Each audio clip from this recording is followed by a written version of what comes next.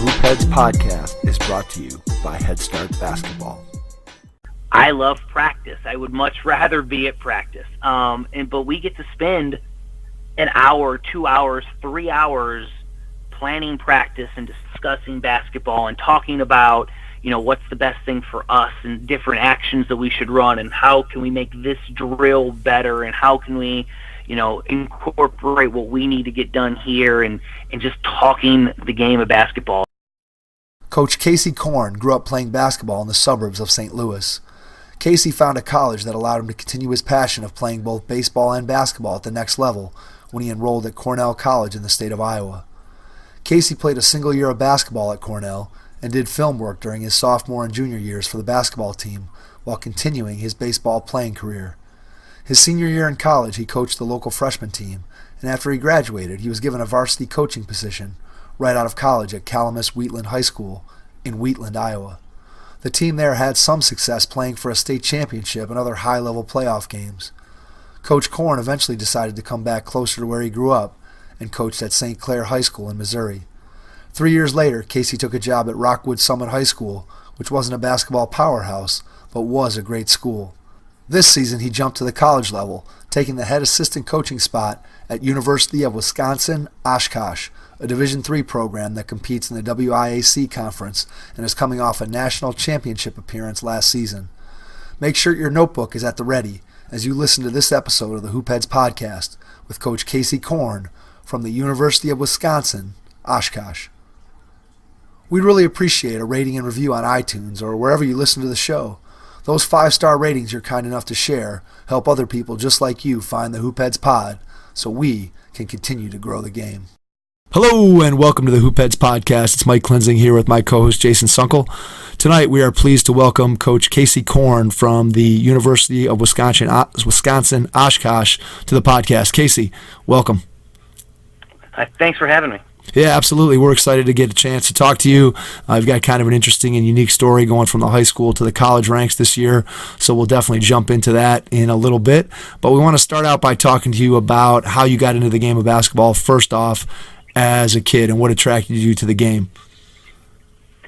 Well, as a kid growing up, I've been listening to your guys' podcast, and I know a lot of the guys that you've had on, and, this question comes up, and a lot of these guys, I may be a little younger than some of the guys that I know there, and I was actually one of those guys that was constantly competing, out, not necessarily in the driveway, but we would go to games, and I would play in a couple different leagues and things like that, but I was somebody that would play anything and everything. So from soccer growing up to roller hockey to we were playing in 3-on-3 basketball tournaments, and anything that we could get our hands on and go compete at, we would go do. And it just became kind of the lifestyle is, you would come home from school and, you get your homework done because you had practice or you had a game that night. And it was something that I loved. My parents never pushed me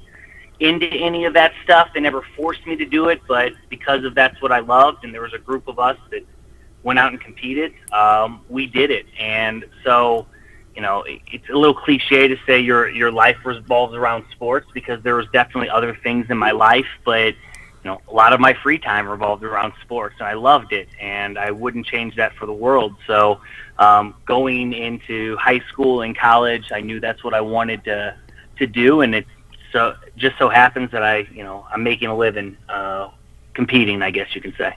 Yeah, there's nothing better than being able to make a living at something that you love to do. When you were a kid and you were playing all these multiple sports, which obviously there's a lot of debate out there, you hear people arguing, not necessarily people that are well-educated arguing in favor of, sports specialization. It's one of the things that I think lots of people are trying to rail against a little bit to get kids to play multiple sports. So how do you think playing all those different things and doing those different things you did as a kid, how do you think that impacted you ultimately as what ended up being a college athlete? I think learning how to compete is a skill. I think that sometimes if you're not a competitive person, you can tell. You can be the most skilled person in whatever sport you're playing, but we've all said that. Every coach has gone around and looked at a kid and said, man, he's not the most skilled person on the floor or in the gym or on the field, but I like that kid on my team. I want that kid on my team. And I think just breeding that competitiveness is something that, playing some of those sports growing up. I can tell you, I used to be able to roller skate, and so that's why I got into hockey. I knew I was never going to play hockey, but a couple of my buddies were doing it.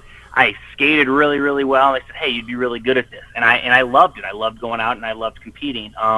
Knowing that I have never gone through any training, I put on the pads to play the 14 roller hockey games a year, and I wouldn't change it because, again, it was just something different. It actually was probably good for me because I was so bad at it, because I learned how to fail a little bit at a young age. Yeah, I think that's a really interesting point that you bring up about, failure, especially with parents today. I think a lot of times they try to shield their kids from ever going through those kinds of adversity. They always want to be on the best team and kind of protect them from losing. And as a result, when they do get in a situation that's more challenging, I think that they don't always rise to the occasion the way kids maybe in the past did who had some of that sort of playground competitive spirit that you're describing. Do you see that in some of the kids that you've coached over the years? Absolutely. The places that I coached before my current spot, we were always maybe the smaller schools, whatever division we were in. We were never necessarily the top of that division in terms of enrollment, so we always had to share athletes, and we really liked it when athletes were playing multiple sports because we at least knew they were going to come in and know how to compete and want to go out and win. And again, I just think that's a skill, as much as we want to talk about it, it's just kind of an intangible that I think you can teach and you can grow and you can foster within your practice development, designing things for that reason. But, it's nice whenever you have a kid that's inherently competitive. Yeah, I think if you can find those kids that just kind of have that inner drive and that inner competitiveness, that's something that as a coach, you definitely appreciate, that you don't have to push those buttons or design a drill in order to get the kids to get out there and get after it and compete. So you ended up, after your high school career, you ended up looking for an opportunity to play both college basketball and college baseball. So talk a little bit about your process of choosing a college and then kind of how your college athletic career played out. I wanted to play basketball in college. I knew that's something that I wanted to do. And I scored a lot of points in high school. Maybe that theory that if you shoot the ball a lot, you're gonna make a couple of them. But I didn't quite understand how the whole recruiting process worked. And I knew that I wasn't going to go play at a Power 5 conference school or anything along those lines. And as we went through the recruiting process, there were definitely people that wanted me to go to their place. It just maybe wasn't the right fit for me educationally or things along those lines. But I was pretty good at baseball, and that was the sport that I excelled at, I guess you could say. And so I looked for a school that would allow me to continue my basketball career, but I was, like I said, I was pretty talented on the diamond, and so it was kind of a compromise to figure out if I was going to be able to do both. And the Division III world is not all Division IIIs will let you do it. I found a fit in Cornell College in Iowa, and they allowed me to come in and play basketball, and then also I could compete at with baseball as well. Now, it just so happens that I ended up sticking with baseball, and kind of my sophomore, junior year, kind of focused on the coaching side of basketball. I did some video stuff for our college guys, but I ended up gravitating towards baseball whenever it came to competing, but I couldn't give up my love of basketball. So what was it about baseball that made you want to continue with playing during the college experience? Was it just the experience with the two different teams? Was it your teammates? Was it the coaching staffs? What was it that made you say, hey, I'm ready to just do baseball and maybe step back from my basketball playing career at this point? I would love to tell you that it was something deeper than I walked in as a freshman on the basketball court, and we had a really good freshman class come in, and we had some people already there. It was the coaches. We were his first recruiting class, and so I think 16 of us came in. And I competed. And I was living at the 14th, 15th guy at the end of the bench. I got to travel.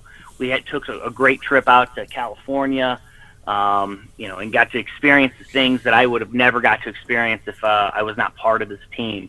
But then I walked in the spring on the baseball team, and I was hitting third as a freshman. I was our closer. I was playing center field from day one. And if that didn't weigh my decision, I don't really know what else did. I knew I loved basketball. I wanted to be a part of it. I knew that was a possible career moving forward. But just having that success right away in baseball kind of made me choose that. So what I hear you saying, which I think is kind of interesting, is that you, even though you continued on with your baseball playing career, it sounds like even at that point you kind of knew that you wanted to coach basketball. Was there ever any thought about coaching high school baseball, or did you coach high school baseball at any point, or did you think about it, or did you always know that you were going to end up on the basketball side of the coaching side thing? When in Iowa, the great thing about Iowa, and maybe it's maybe not always a great thing, but they have summer baseball, and I was able to participate in my season and then go to a local high school and start coaching their team. Because the season conflicted by, I don't know, a week and a half. And that allowed me to start my coaching career a little bit earlier, I guess you can say. That's where I really got my feet wet, was with baseball. And I can tell you this, I've reflected on it a lot recently, and baseball came pretty easy to me. And I don't want to say I didn't work hard, because over lunch I was always, during college, I was always in the cage, and I was always hitting, and I was always throwing, and I was always working at it. But baseball kind of came naturally to me. And when I taught baseball, it was a lot more frustrating to try to teach a kid a skill, and when they couldn't do it and they couldn't, execute it, well, I had a little bit less patience. And, a couple years down the road when I was coaching basketball, I had to work harder at basketball to develop my skills and, learn it a different way. I was just a lot more patient when I was working with younger kids with basketball to teach them that skill, and became more creative. And I think that has something to do with baseball was a little bit more natural for me, that I couldn't quite understand why, you couldn't execute this play, or you couldn't, hit a ball to right field when you needed to. But again, in basketball, okay, you can't execute this pivot. Let me show you another way how. Here's why you do it. And I got a lot more patient. I became a better teacher coaching basketball. Yeah, that's interesting. If you look at, as you were talking, I was kind of thinking in my head about, NBA and college coaches. And in a lot of cases, the guys who end up being really good coaches are players who were, role players, bench players, modest, career success. And some of the guys who have been, the greatest players in the history of the game have oftentimes, I think, experienced what you just described, which is they get frustrated because the other guys that they're coaching just can't do the things that came so naturally to them. So I think that you're making a great point there, in that sometimes when something comes so easy to you, it then becomes more difficult for you to teach it, because it just is something that flows naturally from you, and you don't really have to think about the process. And when you had to think more about the process with basketball, it made you a better coach and gave you more patience, as you said. So you ended up, when you were in your sophomore year, you ended up still working with the basketball team. So talk a little bit about your role, even though you weren't playing. Talk a little bit about what you did that kind of jump-started you into coaching basketball. So I was asked in high school, my high school coach, Bill Gunn, had the Game Breaker Sports Code, which was like the high-tech film, breakdown system of the time. And I have always been a student of the game. I've always loved watching film. And so I would help him on my off hours in high school, cutting tape, breaking things down. And when I got to college, this is, again, before Synergy, before Crossover, before Huddle, we had this sports code game breaker. And so my freshman year, and I was helping a little bit with how this program works because I was familiar with it. And, Division III college staffs, you have one full-time, sometimes two full-time coaches trying to do everything for you. So any help that they could get, they're more than happy to have. And I was able to help them break down some film, and it was something I enjoyed. So after the difficult conversation of telling Coach that, hey, I think I'm going to focus on baseball, he was great. He understood. He had great relationships with us. But he said, if you're interested in helping out the program, we would love to have you around. And if, I can get you a work study and, pay me a couple bucks through that. So I broke down film. I traveled with the team my entire sophomore year, and I broke down film in the coach's office, and I watched a lot of games, and I was able to do that for 2 years throughout college. I learned a lot about, some of the behind-the-scenes work where it comes to college basketball, and, just watching the game, and you're listening to practices, what coach is asking them to do, and talking to the guys and understanding the game plan, and then going back and watching it on film. You realize how much you can actually see on film when it's broken down, and the teaching tool that it can become. So that's where I kind of really took the coaching basketball to the next level, was those 2 years in college.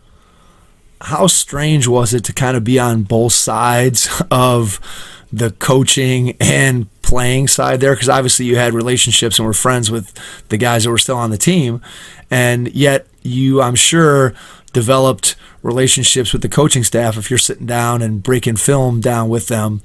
Describe how that was kind of being the right in between and straddling those two worlds. When you have good relationships with people, you're honest, and you can give feedback, and you can take feedback, and if it's coming from the right spot, I don't think there's too much issue in that. The coaching staff did a great job of not having a lot of those conversations while I was in the room. I did a lot of this stuff, whether it was after practice and, in an office with a coach rather than in a meeting room where we're picking things out. Now, a funny story is one of my roommates down the road, he was a 6'10" freshman that came in, and I'm watching film, I'm filming the games, and I sometimes comment on what's going on. And the coach pulled me in halfway through that year, and he said, hey, Casey, you need to stop yelling at these guys on film. He goes, I don't think necessarily you're always wrong with what you're saying. He goes, but it's hard for me to show a clip when all of a sudden the film guy is, yelling what I'm going to be telling him in film. You probably shouldn't be doing that during it. So it was a fine line to walk, I guess you can say. But, like I said, when you have the great relationships with people and you're honest and I didn't act like I knew exactly what I was talking about, but, I would say my 2 cents and they would either listen or they would blow me off. I don't know, but they gave me the respect that, gave me a little confidence that I was saying a couple of the right things. Yeah, I think that's really key for the situation that you described, where your coaching staff, it sounds like they were pretty aware of sort of the line that you were walking on and did everything that they could to be able to make it so that it didn't put you in any uncomfortable positions, and that's good. I got a kick out of your story because I know that when I was in high school that we had a manager that would film our games, and inevitably almost every single game he would end up with some hilarious comment that he would make about either an opponent or one of the guys on our team, or a coaching decision or something. And every time it got to the point where, like, the first time it happened, people were kind of upset and whatever, and then eventually it just became something that the whole team, the players, coaches all looked forward to, what comment was he going to make during, what we're going to catch during the film this next time when he played. So when we played the film, so that was kind of a funny thing that happened to us when we were back in high school. So you get to your senior year and you get an opportunity to start coaching, and you get out there and you get your own team. So talk a little bit about how that came to be and what that first experience was like for you. We went to an open gym, and I say we because this is going to come full circle. A man by the name of Matt Lewis, who is the current head coach at the University of Wisconsin Oshkosh, who I'm working for. We were college roommates, and we've been really good friends. We came in together in the same class. But Matt had an open gym. He was a college player, and he was looking for an open gym and found it at the local high school in town in Mount Vernon, Iowa. And he said, hey, we need some players. Well, I'm still an athlete, and I'm in shape enough that I could go up and down. He said, hey, you want to go play? I said, absolutely. So we go to this high school open gym, and we start, playing against some of those kids and talking with them. And afterwards, the coach comes up, and we're having these conversations. And within the conversation, I said, well, I'm, a senior, and I'm going into education and very interested in coaching, so I'd love to pick your brain one time. And Coach Ed Tim was his name in Mount Vernon. He looks at me and he goes, I might be able to do you one better. I need a freshman coach. Are you interested? I said, absolutely, I'm interested. I said, I have to check my schedule. This is, again, my senior year, so I have – it was going to conflict a little bit into baseball season because we could start practice in February, and I wanted to make sure that would all work out. But if it would, I wanted to jump at that opportunity. So I did so, and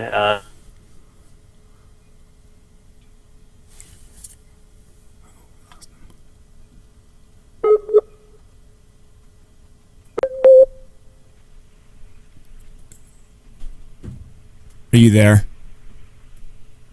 yeah, I'm here. Okay, we lost you for a second there. So we'll just I'll cut that part out. I don't know what for some reason we lost you. Sorry. Yeah, go ahead. Go ahead and continue back with your story as you were just starting out. You talked about we lost you at about the point when you talked about missing out on the baseball season, not making sure you didn't miss any of the baseball season.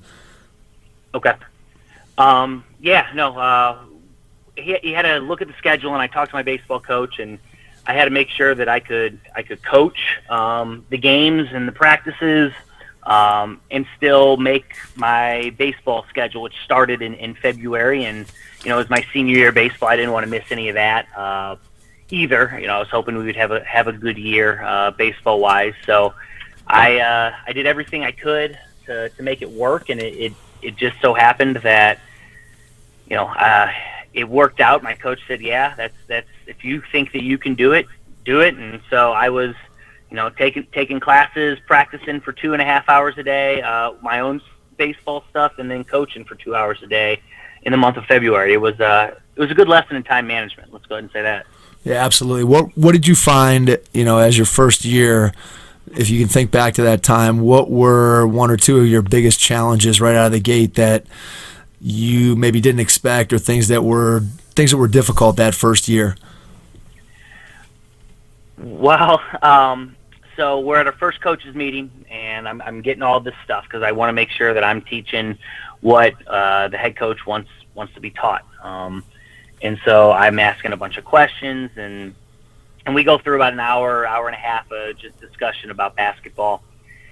And he stops me before I walk out, and he says, hey, I just want to let you know, the superintendent of the school used to be a little coach, and he's very interested in coaching again. He wants to be a part of it. So I told him that he's the freshman assistant.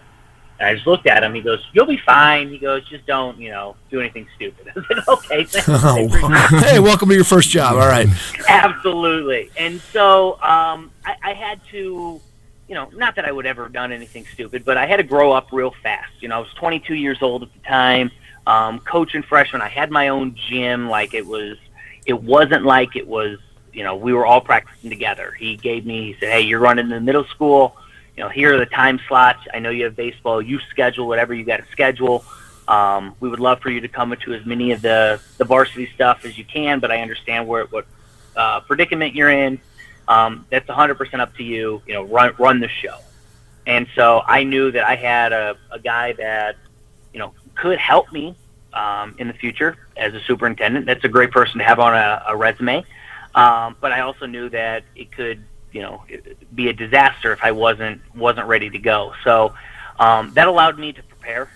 I think it taught me to prepare a little bit more than maybe I thought I was going to have to going in. I wanted to make sure that my practices were on time and on schedule and detailed from day one. I wanted to not look like a 22-year-old walking in coaching basketball. So that was a little bit of a nerve-wracking experience. And the other, I think this is the best part of the experience, was we were bad. We walked in, and that team had never lost a game in middle school, 6th, 7th, and 8th grade, and they had never lost the game. So, of course, the top 4 or 5 players moved up to varsity and JV from day one. And I had to then work with some of the other athletes that had always been on the team and used to winning, but not really the key contributors. They were the 6th, 7th, 8th, 9th men, plus. And so it really taught me how to teach the fundamentals of the game of basketball, and slow things down and break it down. And looking back, it was the most beneficial year of my coaching career, because I had to be so detailed, and I had to be a good teacher of the game. And I think that allowed me to have some success later on in my coaching career. Yeah, I think that what you just described, there's two things there. One, having to have, or getting to have, depending on how you look at it, the superintendent as a member of your staff. And then the second part is just kind of being given the opportunity by your head coach to sort of oversee your own practices and not be practicing together with the varsity and JV. Kind of threw you into the fire, but yet it also forced you to really make sure that you came prepared. And I think one of the things that, as a young coach, and I am speaking for myself here, and I think probably a lot of other young coaches as well, a lot of times, we come in and we think that we know everything, and we think we know a lot, and we think we know exactly what we're going to do and what we're supposed to do and how to do it. And the older I get and the more I talk to other coaches, I think a lot of the stories are similar, is that when you're a young coach and you think you know it all, you really don't know very much in reality. And I think as we get older, I've come to know that I don't know very much at all, and there's always opportunities to learn. And I think that those two things that you described sort of forced you to learn and to make sure that you were on point with the things that you were doing. And I'm sure that helped your growth as a coach. And so when I hear you talking about that first year being so valuable, I can totally relate to why. I think it definitely, gave your career a solid ground to get started on. And then from there, you coached that 1 year, and then you got to take over a varsity program, correct? Yeah, that was a little bit of a surreal experience, I'll tell you that. So go ahead. I'm walking in. I had zero plans on teaching right away, and my goal I kind of had in the back of my head was, I had a pretty good senior year, and my coach was chatting with me, and he said, hey, if you work out and, you might be able to tag on to either like a semi-pro baseball team or as a roster filler on it wasn't going to be anything permanent, but he said that you might be able to fill a roster somewhere, and make a couple bucks at it. So in my head, I was going to help the college team in baseball, and I was going to go back to that Mount Vernon and coach again.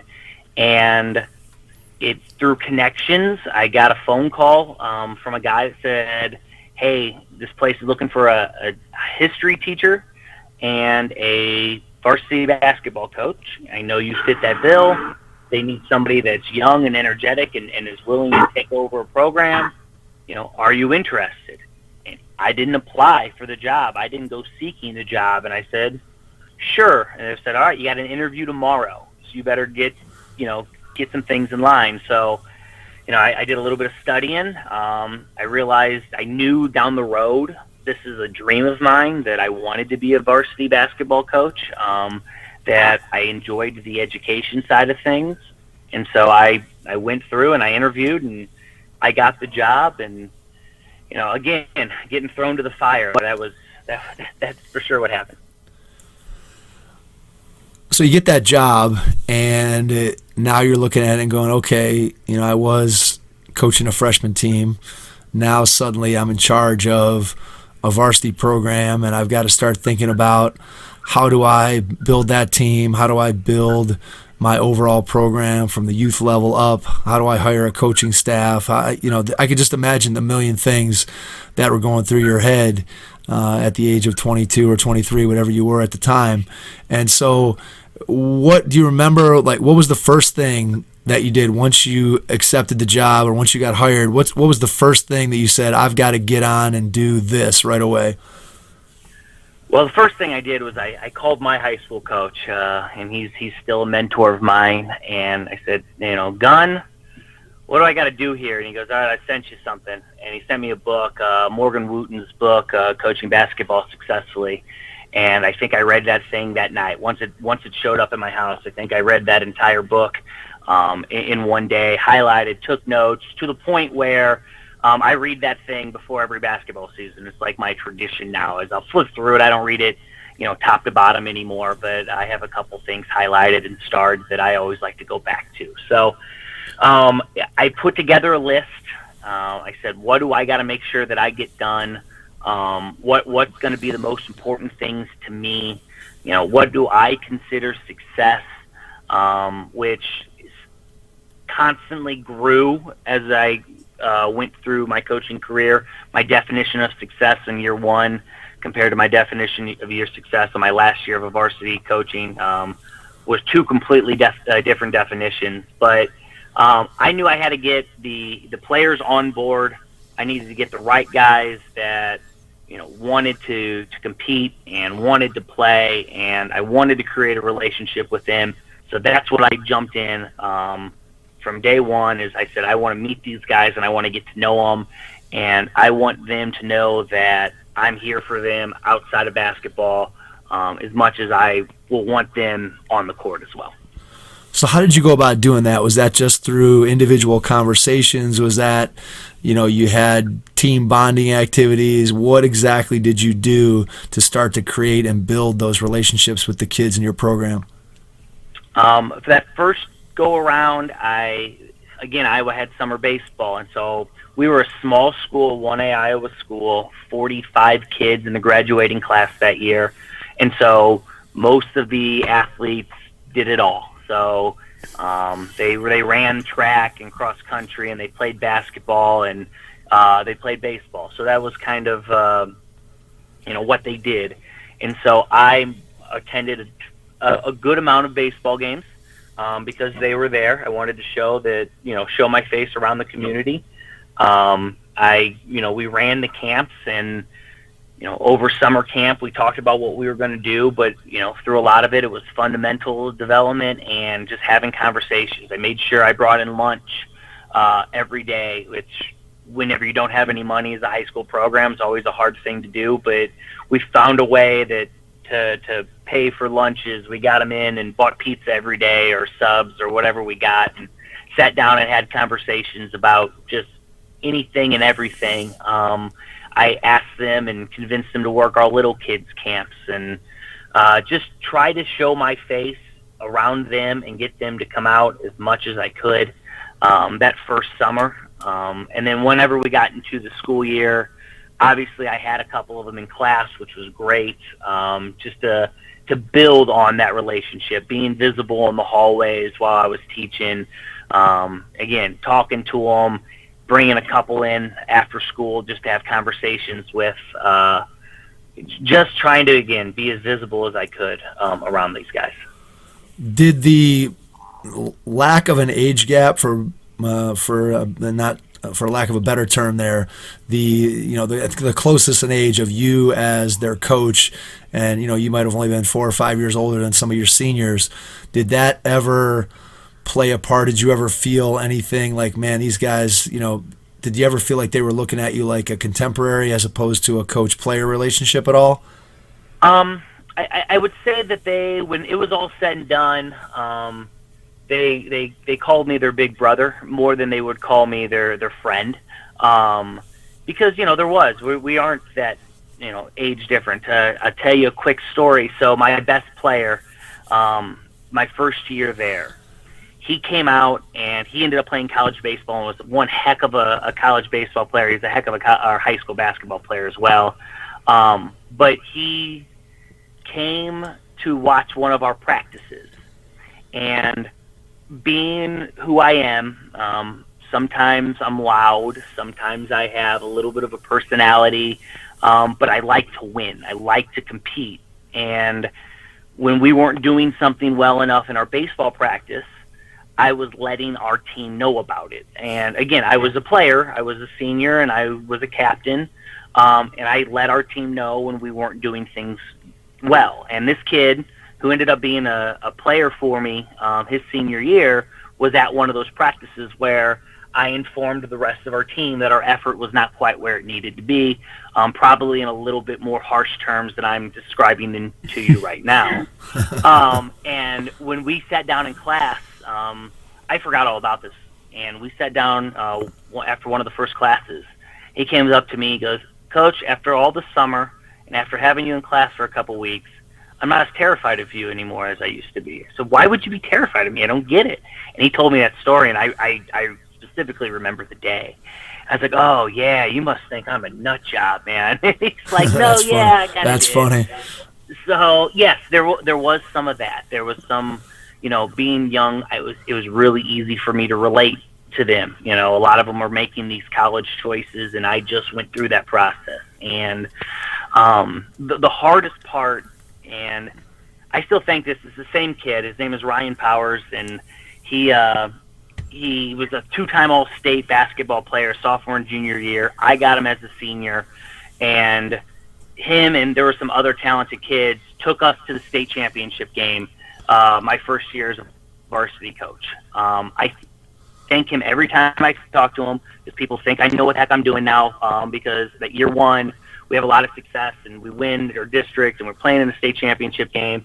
And a lot has to do with, we have one of the best players in the state. He just happens to be on our team.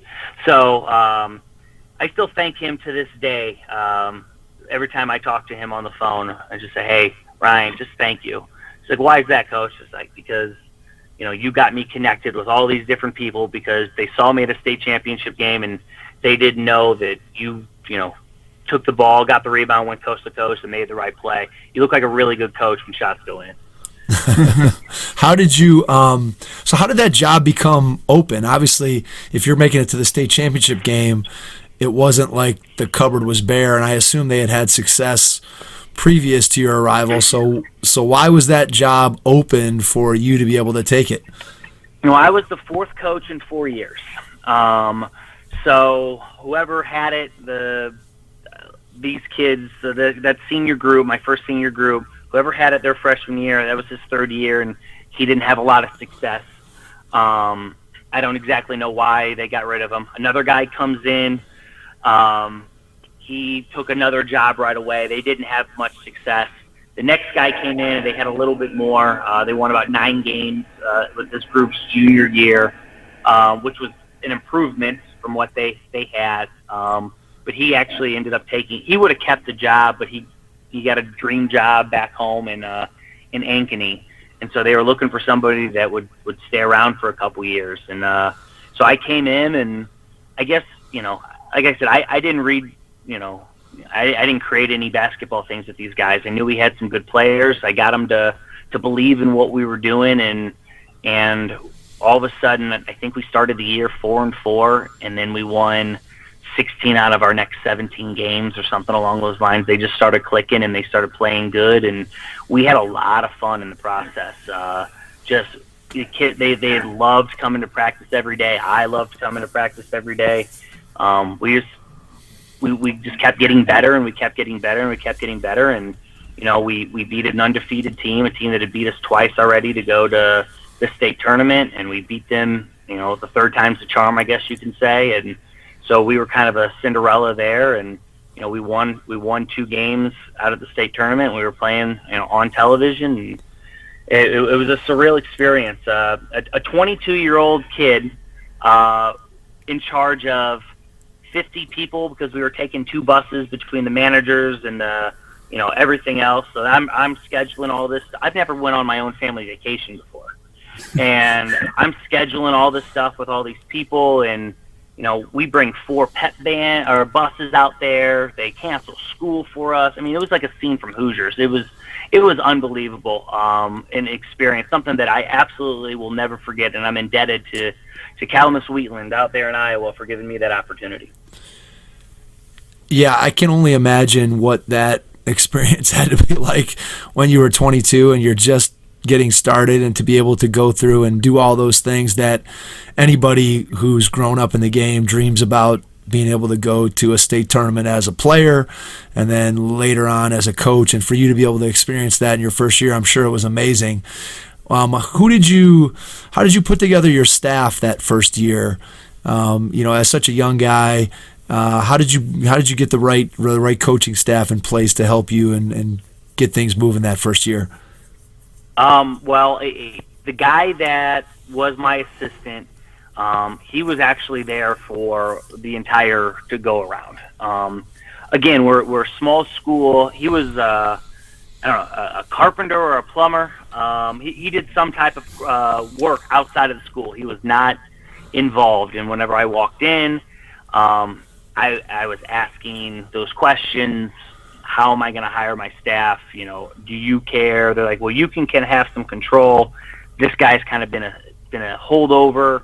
The guys seem to like him, so that would be good to kind of keep him around. I said, great. And I talked to him, and we didn't necessarily share the same philosophy on everything, but I got him to see a little bit on my side, and I got a lot of insight on what they had done in the past, and for them what was successful and wasn't successful. So it was a good relationship to have. We definitely argued a little bit behind closed doors, but once we got out of our office and we got to practice, we were always on the same page. He did a wonderful job working with the guys. Another benefit was another local community member. I did not seek him out. He called me up. His wife was actually on the board and said, hey, my husband, basketball player, he's been coaching the youth, are you interested in meeting him? And I said, absolutely, let me talk to him. Had a couple conversations with him. He's like, I just want to learn. I want to sit back and be a part of basketball. And I said, well, I don't know anything either, so we'll learn together. And so he jumped on board, and he was a great sounding board for me. It just allowed me to vent whenever I needed to vent. He would calm me down a little, an older guy, not too old, but we would have these conversations where he would sometimes pull me back in and say, hey, guess what? We're fine. I've been around this program forever. We're 4-4. We're going to be just fine, or whatever it was. So having that, I didn't go out and get people. I didn't know anybody in the basketball community at that period of time. So it was mostly by chance and hoping that these people would jump on board with what we were trying to do. So as time went on in your career, because one of the things that we've talked with a lot of our coaches that we've had on is about those relationships that you just described as, you were lacking, obviously, as someone who was 22. You didn't have the network and the connections and the relationships that I'm sure you do now. So how did you go about, over the next several years, how did you go about sort of building your network and building your relationships in the coaching profession? Well, I'm gonna stop for 1 second. I have to make this point. The second year of coaching is a whole heck of a lot harder than the first year of coaching whenever you don't know what you're doing. So we have all that success that first year, and we have a good core of kids coming back. And from day one, I've never gone through a second year before. So from day one, I'm expecting these kids to understand half the stuff that we put in middle of the season, at the end of last season. And I really, really struggled. We really struggled at that period of time. But anyway, to build my network, because of that state tournament berth, a couple people in the Iowa basketball community got a hold of me. I started working the University of Iowa camps. I knew some people already from that connection, but a couple of them said, "Hey, we got to work the Snow Valley." And I said, if they'll have me, I'd love to do it. And so they said, yeah, absolutely. Coach Showalter reached out to me through a reference, and I said, yeah, I'd give it a shot. all these guys are poking fun at me. They're like, hey, you get to do this, but if you screw up, you're not invited back. And I was like, oh, okay, yeah, I've worked camps before. It's, and then I went to Snow Valley, and then I realized that if you screw this thing up, like if you don't work your butt off, you might not come back. So I worked a little extra hard that year, and I was terrified when Coach Show at the end would come up to you, and apparently if he tells you, that was the rumor at the time, if he tells you, Coach, we loved having you, you're welcome back anytime, you're in. But if he just said, Coach, thanks for coming, you're probably not getting that email again next year. So, and I don't know if that's true or not, but these guys, they like to have fun with me. And so that's what they kept telling me. They're like, hey, just be careful. And, he actually, by the way, verbatim, he said, Coach, we loved having you. You're welcome back anytime. And so they're like, wait, he really said that? I was like, yeah, he really said that. They're like, oh, well, we were just kind of making that up. So he didn't say that. He wasn't wearing a black robe when he said that. Yeah. I don't know. I got to go back, so I don't know. Maybe I tricked him too. But Snow Valley is, and I've heard it on your podcast a couple of times, but it's the most unique basketball experience I've ever been a part of, and I really know about. A lot of my basketball philosophy has come from Snow Valley. It is the best coaching clinic I've ever been to, even though it's not a coaching clinic, in theory. It's the networking side of things, and, I think my favorite part of that experience, and I love being on the floor, and I love working with people, and I love talking with people in between meetings, but my favorite experience about it is that you are staying in a dorm with X other amount of coaches. Sometimes your roommate is, a scout for the 76ers, and sometimes you're in the same pod as, a college coach and a middle school coach, and everybody's together, and we're all sharing ideas, and we're all asking questions. I've worked Snow Valley for, I think, 8 years now, so I started real young, and I've gotten to continue it. But I don't think I asked, or I gave my opinion or said anything outside of giving a clinic here or there in 4 years. I think I just sat back and I just soaked everything in, and it's an experience that is unlike any other. Yeah, I think what you described there with, being able to sit down and be with other coaches, that was one of the things that when I was playing, I worked at Ohio State's camp, and that was the first camp that was the first overnight camp that I had ever worked. I had worked some day camps, when I was a college player, but that was the first camp that I went to and worked in the summertime. And I just remember the opportunity, all the kids are done playing, and they go to bed, and then the coaches end up getting together, and you're just talking. And again, I was probably a 19 or 20-year-old kid at the time, so I didn't say much. I was just kind of sitting back, but I just remember it being such a neat experience to see all these guys who came from different parts of the state, different parts of the country, that came in to coach, and now here they are just all talking basketball. And it might have been talking X and O's, it might have been just talking about college basketball in general, or talking about the NBA. And I just remember being fascinated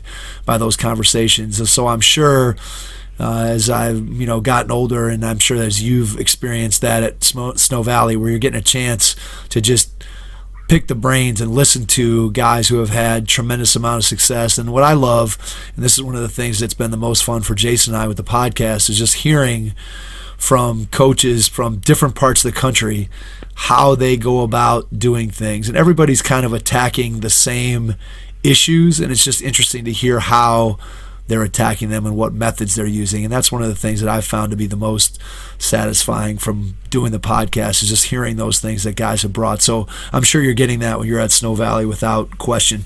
Do you still go back every summer? I do. Now, this summer, I did not. This is the first one I've missed since that first year after that state tournament run.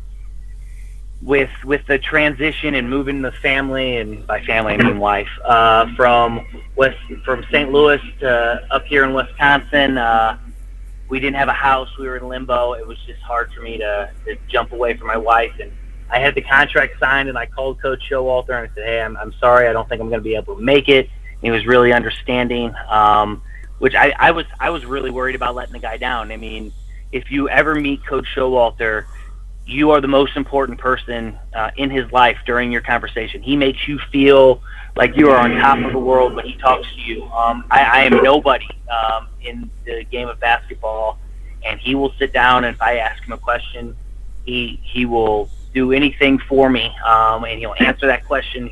Like I said, he makes you feel like you're the most important person in the world. So I was really scared about letting him down as a 31-year-old man who's been coaching for a long time. I didn't want to let Coach Showalter down, and so he actually made me feel better after I talked to him about it. Yeah, I think we got that when we talked to him for the podcast, and he just seemed like a very genuine, down-to-earth guy that was mostly concerned with being able to help the people that he came into contact with, whether that's the players that he's coaching with USA Basketball, whether that was his high school players during his long 42-year career as a high school coach, or whether that was just two guys on a podcast that, he was taking the time to answer our questions and share with us. So we definitely got that feeling that you just described from Coach Showalter, without a doubt. So you ended up, after you were there in Iowa coaching for a couple of years, you ended up going back home to get closer to St. Louis. So can you describe what that decision-making process looked like, and then a little bit about your time as a high school coach there in the St. Louis suburbs? Moving from Iowa to St. Louis, it was the right decision, but it wasn't the easiest. I wanted to be back home. I'm a family man. I love my family. We spent a lot of time together, and they did their best to come out, and I did my best to come home. But I wanted to be back in that area, get back home, and maybe, I don't know, maybe even experience a different brand of basketball, and see if I could coach at a different level. But making that decision to a place that took a chance on you, like I said, as a 22-year-old kid coming out of college, I took a chance. We had a lot of success in the 3 years that I was out there. I wasn't planning on leaving. I didn't really, I didn't really go pursue jobs. I got a phone call from a guy who said, "Hey, we're looking for a coach. We offered a coach a job. It fell through. We hear you're having some success. We know who you are from your days playing back in this area. Are you interested in coming out for an interview?" I said, "All right, let me, if I had an opportunity to interview, I'm not going to turn it down. I wanted to at least see what they were all about." And they came through, and I was teaching history and geography and business when I was in Iowa. And they said, "Hey, we want you to teach physical education. We want you to be the head golf coach and be our head basketball coach." And once they said head golf coach, I said, "Yeah, I'm in." Obviously, through my bio that we've talked about, I don't have any golf experience, but I like to play golf. And so I said, "Yeah, absolutely, 100%. Let me do this. Try to learn how to coach golf as well." So that was my first stop. At that place, I think I learned more about myself and within coaching. We had 1 year where we lost 10 games, where it was a one-possession game within a minute of the game or an overtime, and we lost 10 of those games. So that was a really hard year from the X's and O's and basketball side. And the 1 year we won 7 games, and I think it was my best coaching job I've ever done in my entire life. We got more out of less that year, me and my staff did. And we just had a great group of guys, and we loved doing it. And I know the win-loss wasn't as good as maybe the year before or the 2 years before, but we just felt that we did a really good job. We maximized our potential that year. And so then I was given an opportunity to take over another job at a little closer to the St. Louis area. It was one of the nicest school districts in Missouri, in the St. Louis metro area, and they were just historically not great at basketball.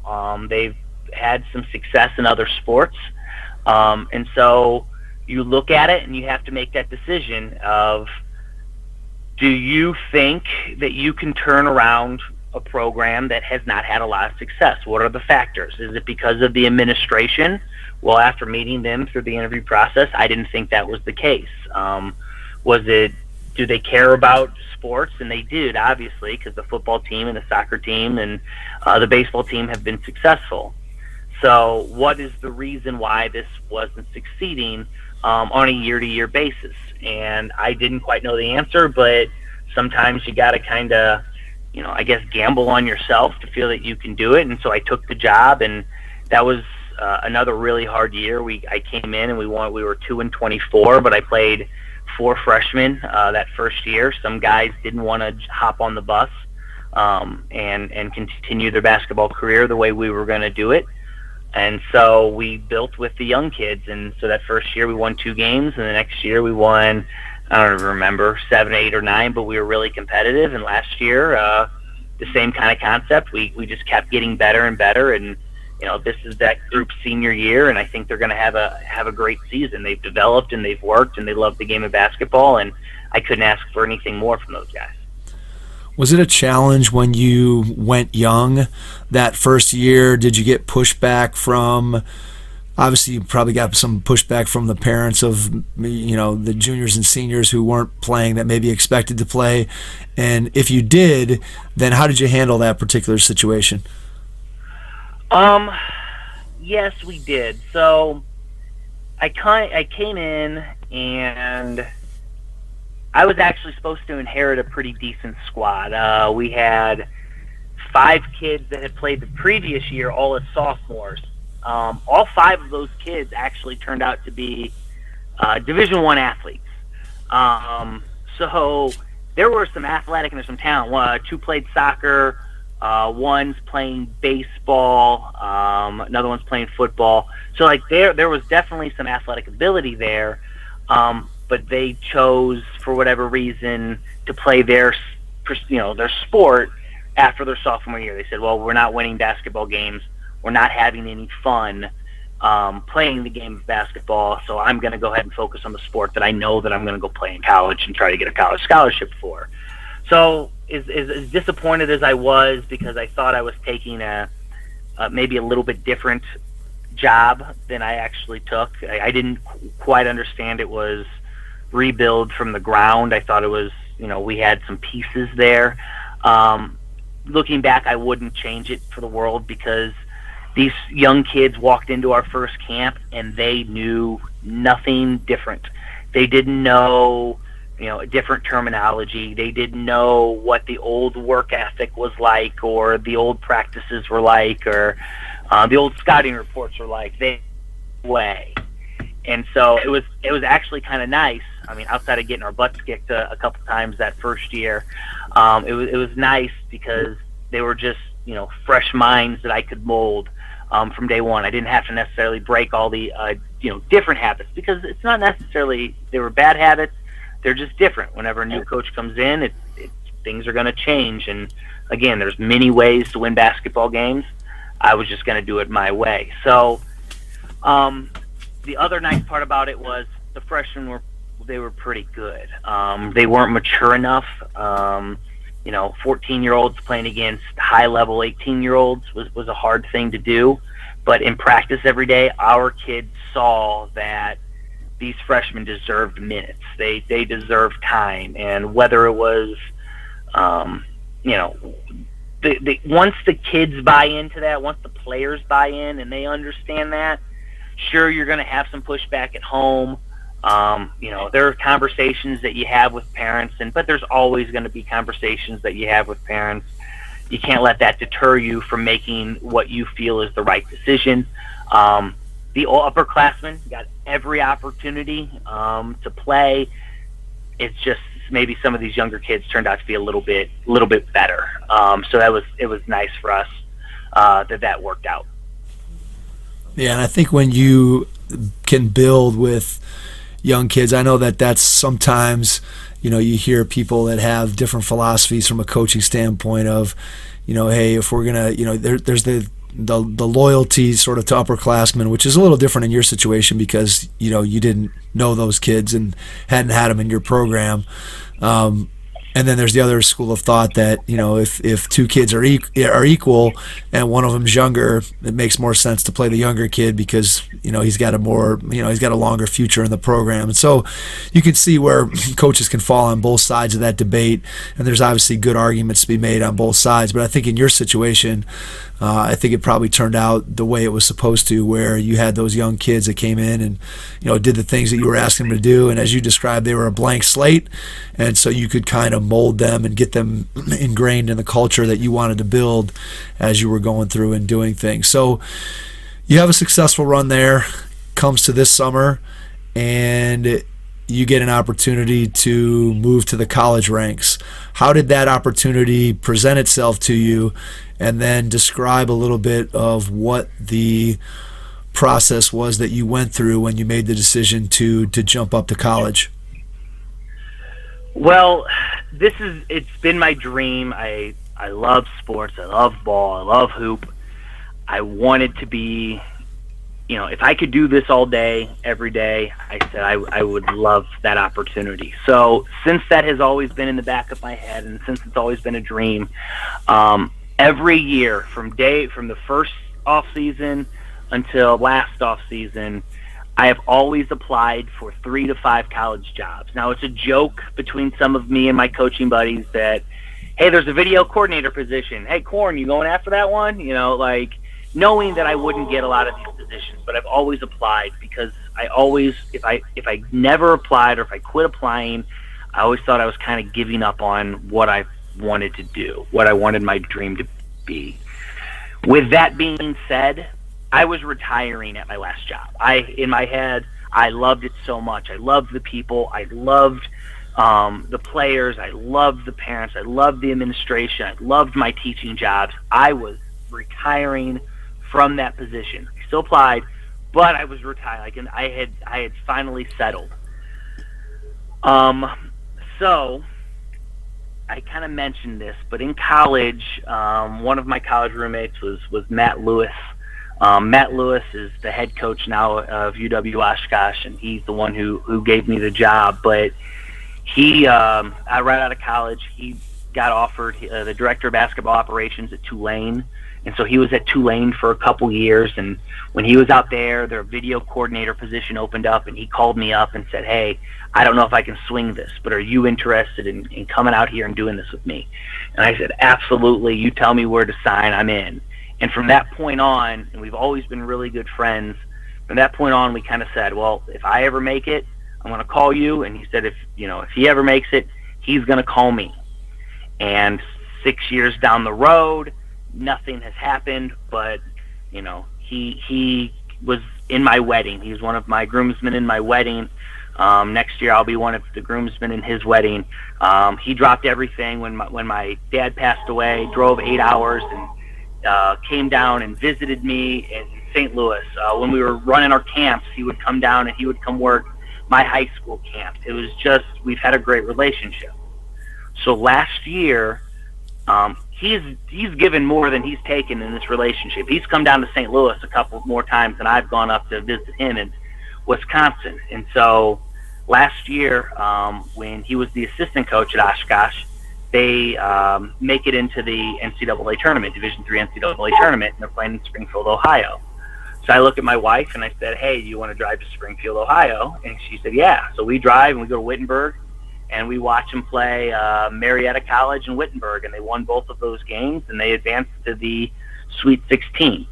Well, I said, hey, I had a lot of fun driving to Ohio. Rock Island, Illinois is 3 hours closer. Might as well go there too. So we drive there, watch them play Emory and Augustana. They win both those games. They go to the Final Four.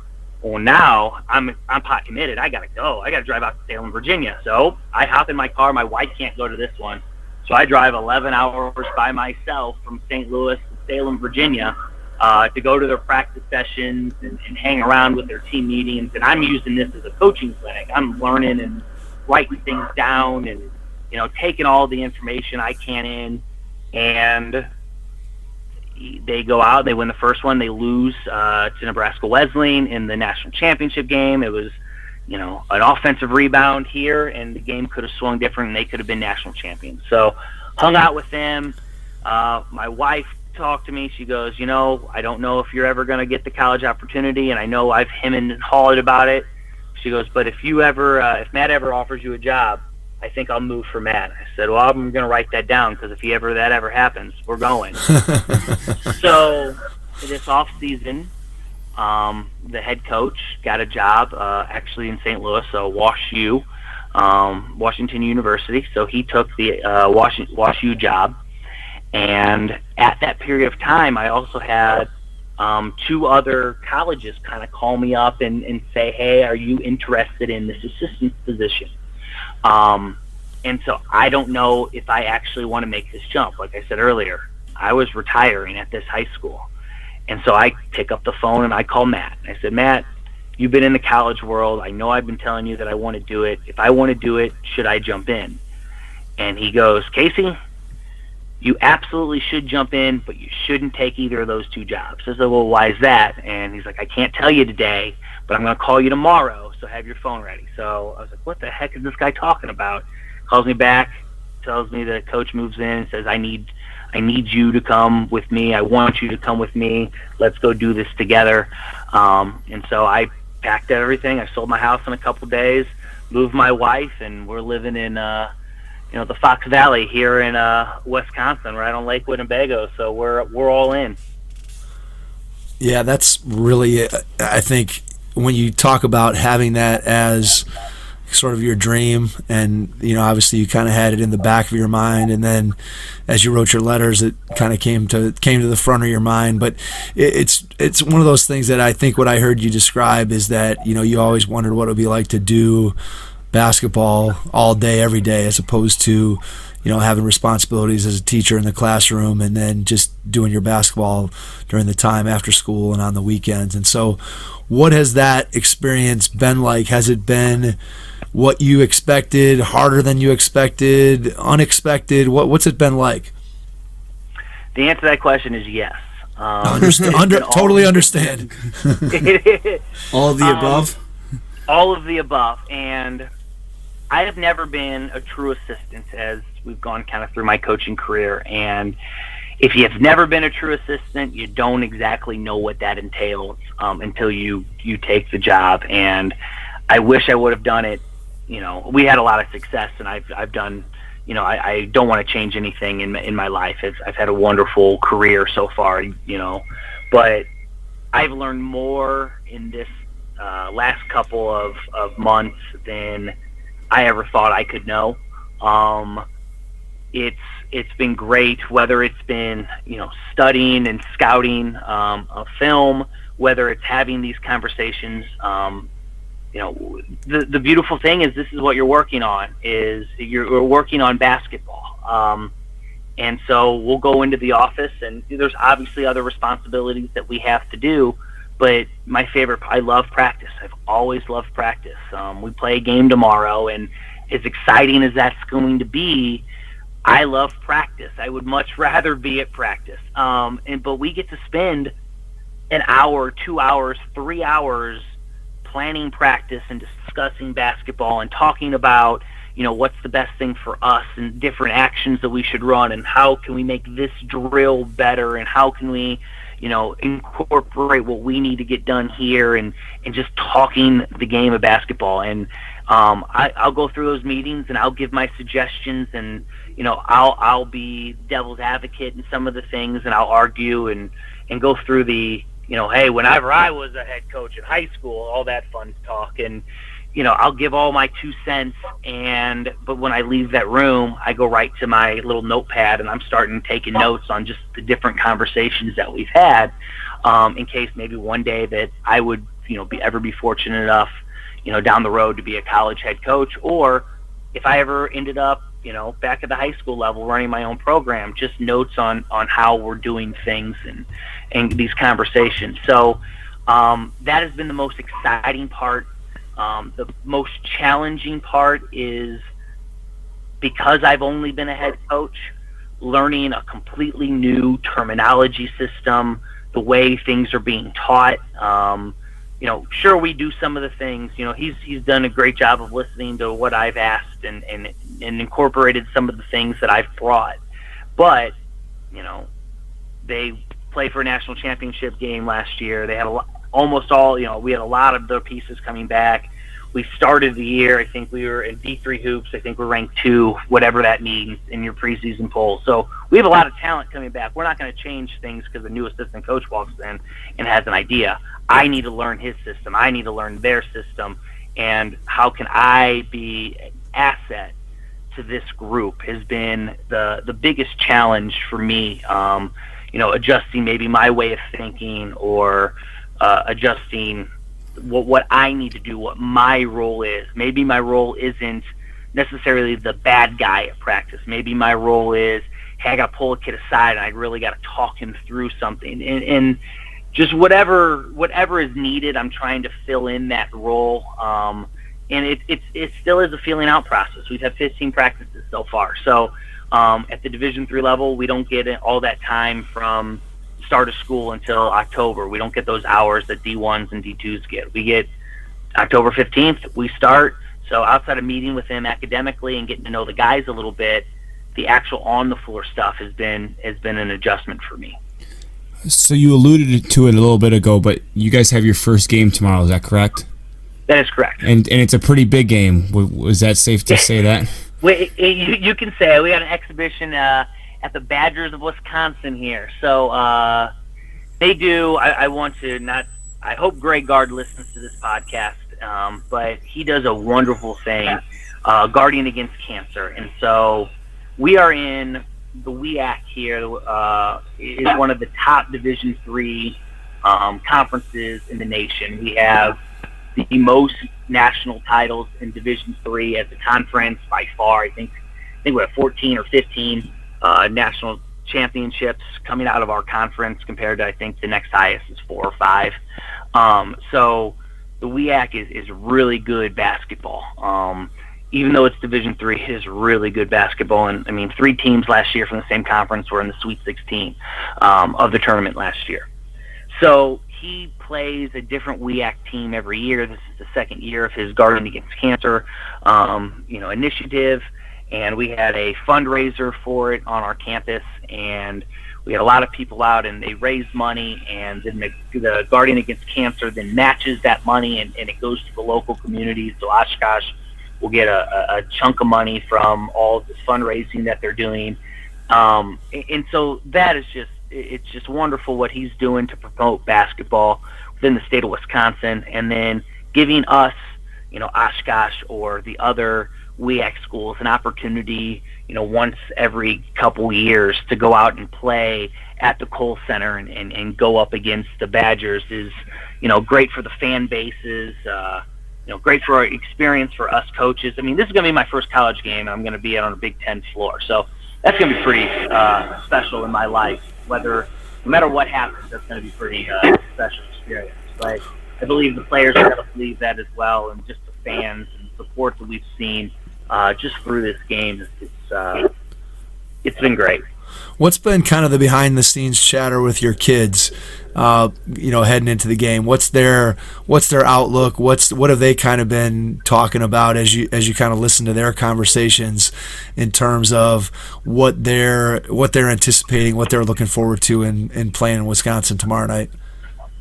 Well, as long as you don't call up anybody on the Badgers staff, I'll let you know. I won't. I promise. This won't go live before the game, so it's not going to get out. It's not going to get Perfect. No, we understand what the challenge that we have ahead of us, but we have a lot of guys on our roster that turn down scholarship money to come play at the Division III level, and I'd love to talk about why I love Division III basketball. And maybe that can be at a different time, but these guys have played against some of the same players that the Badgers have. Not everybody, they haven't gone against all of them, but they've seen some of these guys. And between, the way AAU basketball works anymore, if you can play basketball, you're on the floor and you're going to be playing against some high level competition. Through a high school season, you're going to run into these guys. And, our point guard has, first off, he's a preseason All-American at Division III, so he's one heck of a player. It doesn't matter, what level you're at. If you're named an preseason All-American, you know that you can play. And we got some other really nice players on our team, so they don't want to back down. They want to go out and they want to battle. And our goal is to win that first 4-minute segment, and then from whatever there is, we're going to go try to win the second 4-minute segment, and then we're going to try to go win the third 4-minute segment, and so on and so forth. So each one of those TV timeouts that we won't get to experience so much whenever our season starts, but on the Big Ten Plus, I guess, whatever it's being aired on, we're going to get these 4-minute segments, and we're going to play it at 0-0, and we're going to try to win that 4-minute segment. And our guys are confident that, we're going to if we don't win it, we're going to give it everything we got to win that segment, and we'll go on to the next one, and we're going to try to win that one as well. So we had a really, a pretty good week of practice. We treated it like a real game. My first scout is, I'm watching the Big Ten tournament from last year, watching Wisconsin play Minnesota, and we got 1,000 different camera angles and those HD and the announcers talking. I was like, man, I could get used to this. But so it's been an experience going through it. But I think our guys, they're excited for the opportunity. But we told them that we're not going down there to get our butts kicked. We're going down there to try to compete. And they have expectations that we're going to go out there and we're not going to lay down. And I think that hopefully that's what we see tomorrow night. Yeah, I think you make a great point in that the way that summer basketball and AAU basketball is today, that a lot of the kids that are playing at different levels do get an opportunity to play against one another while they're still in high school. And so you might have a high level Division III player that's playing against Division I players all summer. And so I'm sure that familiarity is something that is exciting, and despite the fact that your kids may not vocalize it, or maybe they do, but I'm sure that there's a desire that to prove that, hey, I can compete and play with players on that level, despite the fact that I'm playing Division III basketball. I think that goes for any player who's competitive. Kind of circling back to the beginning of our conversation, I think if you're a competitive person, you're a competitive player, that anytime you step out on the court, you want to believe that you're going to be able to compete with those players that are maybe a level above where you are. And I think that that's something that if every kid on your team brings that, then you're going to be able to have success tomorrow night. And success may not necessarily translate to a win on the scoreboard, but if you go out there and you compete and you do the things that you've worked on in the preseason and you acquit yourself well, that experience is going to be something that your kids are never, they're never going to forget that as Division III players getting an opportunity to go out and play, on the big stage. I can tell you that, we got a couple guys in that locker room that are going out there and they're expected to win the basketball game, and that's what we want. I mean, absolutely. I wasn't one, and I can't take any credit for the number 2 ranking or the top level competition that we have. I've been lucky enough to join a unbelievable situation, but I have gotten to know the kids and I've gotten to coach them, and there's a reason why they have been successful, is because whether it is a chip on their shoulder or whether they believed in the vision that this coaching staff that previously sold them. Like I said, we got a lot of guys that passed up scholarship money because they wanted to go out and compete for national championships at this level, and they expect to win games when they walk out on the floor. And tomorrow night's no different, and that's what we want. That's what, as a coach, and we talk about competitiveness, that's what you want. You don't care who you're going to go play against. You got to have a little bit of confidence that you can trust your training, trust what you did in the off season, trust your ability that we're going to make shots, or we're going to be able to execute a scouting report. And that was a lot of our scouting report was, hey, this is what we're going to do, and if they make these great shots, if they're going to make a bunch of, Ethan Hatza, he's going to be a pro one day, and if we can do what needs to be done, and he's going to make 10-foot, jump hooks and things like that, well, there's only so much that we can do about it. So let's execute. Let's do all the little things right, and let's expect that if we do all these little things right, that we're going to be right in there, and let's compete. And I love our attitudes going into this week, because we haven't said, we're not going down for a tourist event. We're going down there to win a basketball game, and whatever happens, happens. Yeah, I think that what I hear you saying is something that has kind of become a popular notion out there in the coaching profession and just in sports in general, and that's sort of focusing on the process rather than on the outcome, and knowing that you may not be able to control the outcome of whether Wisconsin makes difficult shots or they're banging threes home with, you know, guys in there with a hand in their face. You can't control ultimately that outcome, but what you can control is, are we doing the things that we've been taught to do, and are we competing to the best of our ability? And I think if you do that, and when you're all done and you can go back in the locker room and you can look yourself in the eye, nobody likes to lose. Nobody wants to be on the bad end of the scoreboard. But certainly if you can go out there and you say, hey, we gave it everything we had, we didn't quit, we competed, and we gave ourselves an opportunity to win. And who knows, to your point, strange things happen in sports all the time. So we wish you the best of luck, and we know you're going to compete and do your very best to try to win that game. Be the Appalachian State against Michigan. That's what I like it. I like where your guys' heads are at with that.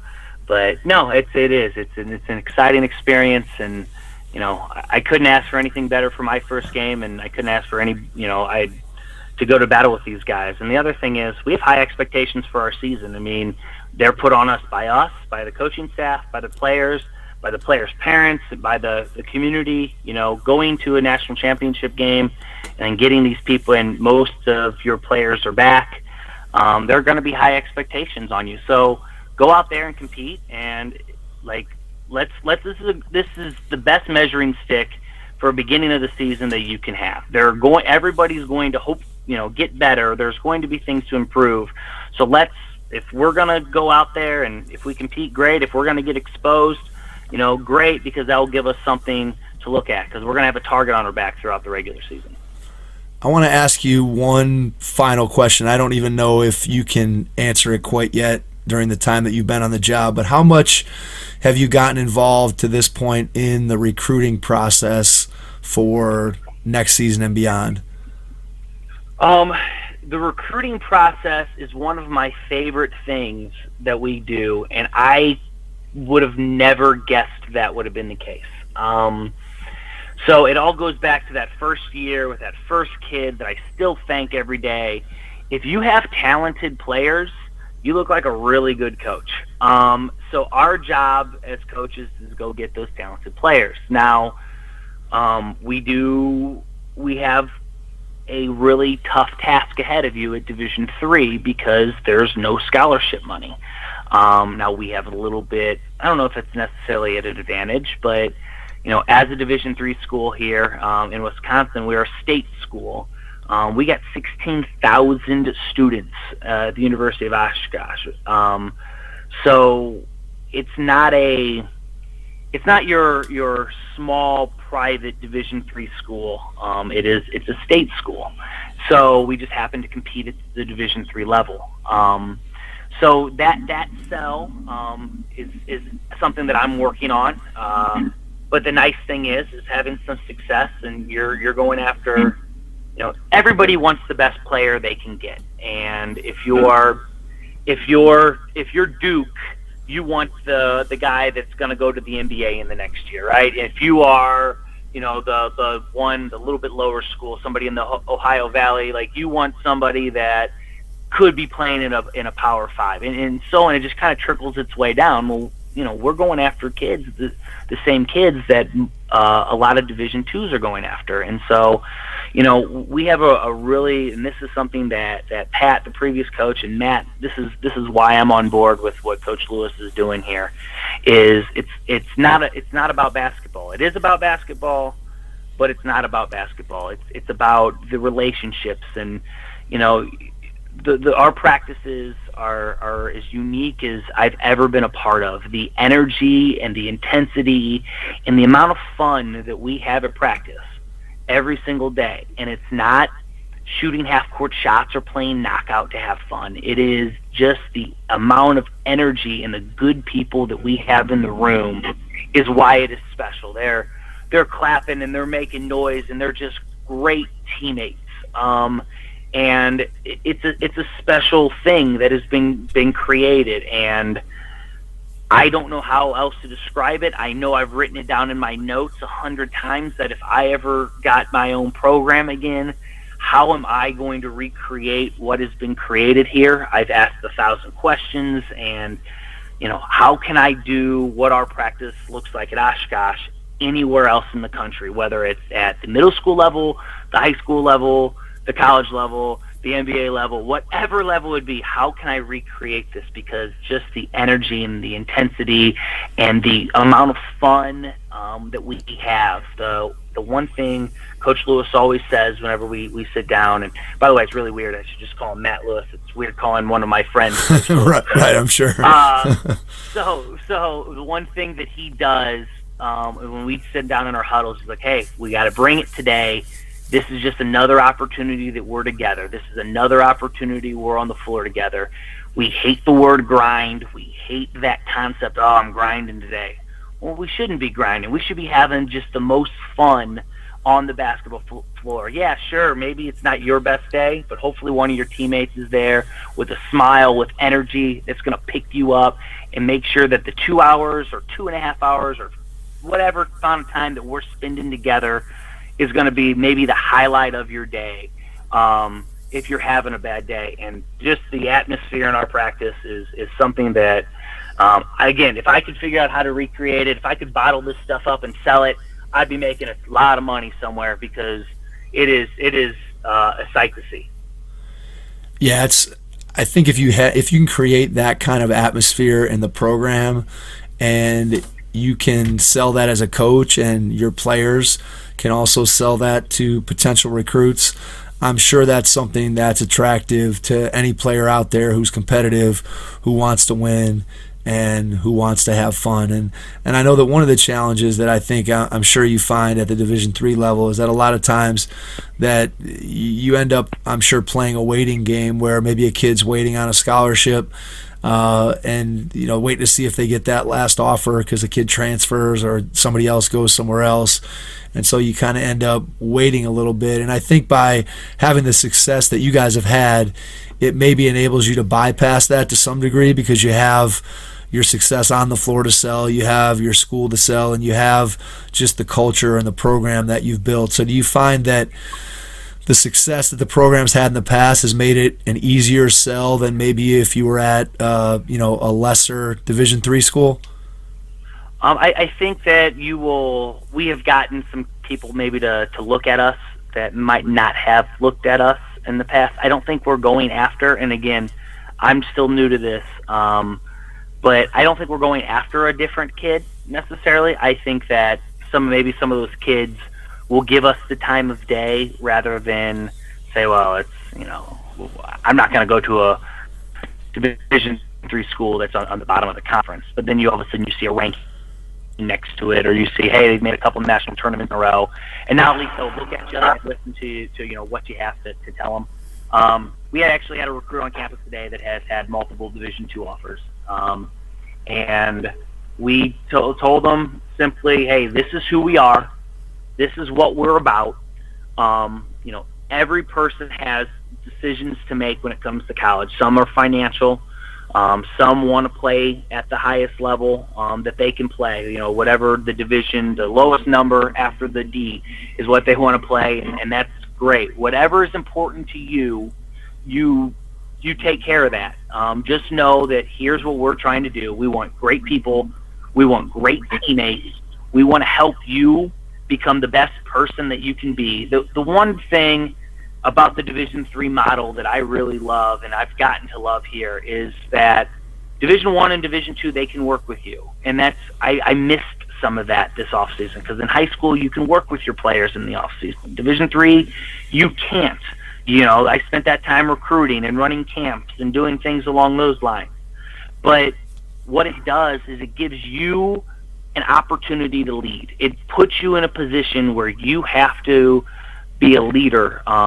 You have to hold your teammates accountable. You have to listen to your teammates through the workouts, through your conditioning, through your open gyms, through your study hall process, or however you're going to go about it. And I don't know if that's the case at some of the higher Division I's and Division II's, where sometimes your entire day is scripted. We allow you to be a college student at the Division III level. We allow you to make your own choices for the most part. We give you opportunities to lead. And some kids and some potential players find that great. They find that opportunity, I get to play with great teammates. I get an opportunity to advance whatever my career is going to be after basketball, because it's going to end for all of us one day. What am I going to do? It gives them just a lot more opportunities to grow, maybe as people sometimes. And so that's why I've kind of fallen in love here with this Division III model. And it doesn't hurt that we're pretty good and I have a lot of talent around me, but that's kind of where I'm at when it comes to recruiting. I've really enjoyed, that side of it. Yeah, I think that's a great way to kind of wrap up what we've talked about all throughout the night, which is, if you build the right program, you get the right kids in there, they're competitive, they get after it, and you put the right culture in front of them, I think you're going to have a tremendous amount of success, and I think that's definitely where you guys are headed. Casey, we want to thank you for jumping on the podcast. Before we get out of here, is there a way for people to reach out to you if they've listened to the podcast and just maybe have a question for you or just want to connect? Absolutely. Casey, Casey.Korn, Korn, at gmail.com. That's my personal email.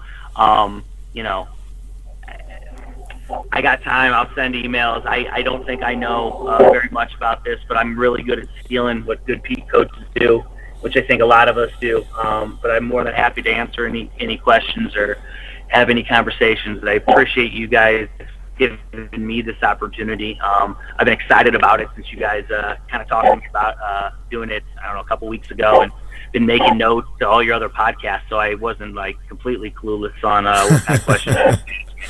Got to prepare a little bit, Understood. Yeah, well, we really appreciate you taking the time to jump on with us, especially considering you got your big game against the Wisconsin Badgers tomorrow night. So by the time this airs, we'll know the result of that game, and we'll expect you'll be popping champagne in the locker room after that game's over. So, or we might need to edit that part out. Yeah, that's all right. Quotes I gave you, we might need to say, hey, we don't need to bring that up on the podcast. Yeah, we'll do some creative editing if we have to, Casey. We'll take care of you. So we really appreciate you jumping on, and to everyone out there, thanks for listening, and we will catch you on our next episode. Thanks. If you're looking for a great way to spend the holidays playing some basketball, please join us at one of our Head Start basketball holiday camps on December 27th and 28th, 2018. We'll have a camp at Hoop Guru Courthouse in Hinckley and also at St. Paschal Baylon School in Highland Heights. The Head Start basketball holiday camps will emphasize the fundamentals of basketball with individual attention given to each camper. You'll improve your basketball skills and have a ton of fun at the Head Start basketball holiday camp. To register or get more information, please visit our website, www.headstartbasketball.com. Head Start Basketball's Player Development Academy offers Cleveland area players a unique opportunity to improve their basketball skills. Regardless of a player's age, skill level, or position, training with Head Start Basketball will elevate your game to the next level. Do you want to improve your ball handling, become a better shooter, or develop into a more skilled, confident player? Our Academy classes offer training that's designed to do just that. Our training sessions are innovative and will have you learning skills that are transferable to actual games. We have 4 different class skill levels for boys and girls, ages 4 and up. All Player Development Academy classes will be held at the Strongsville Recreation Center. For more information or to get registered, please visit www.headstartbasketball.com. Thanks for listening to the Hoop Heads podcast, brought to you by Head Start Basketball.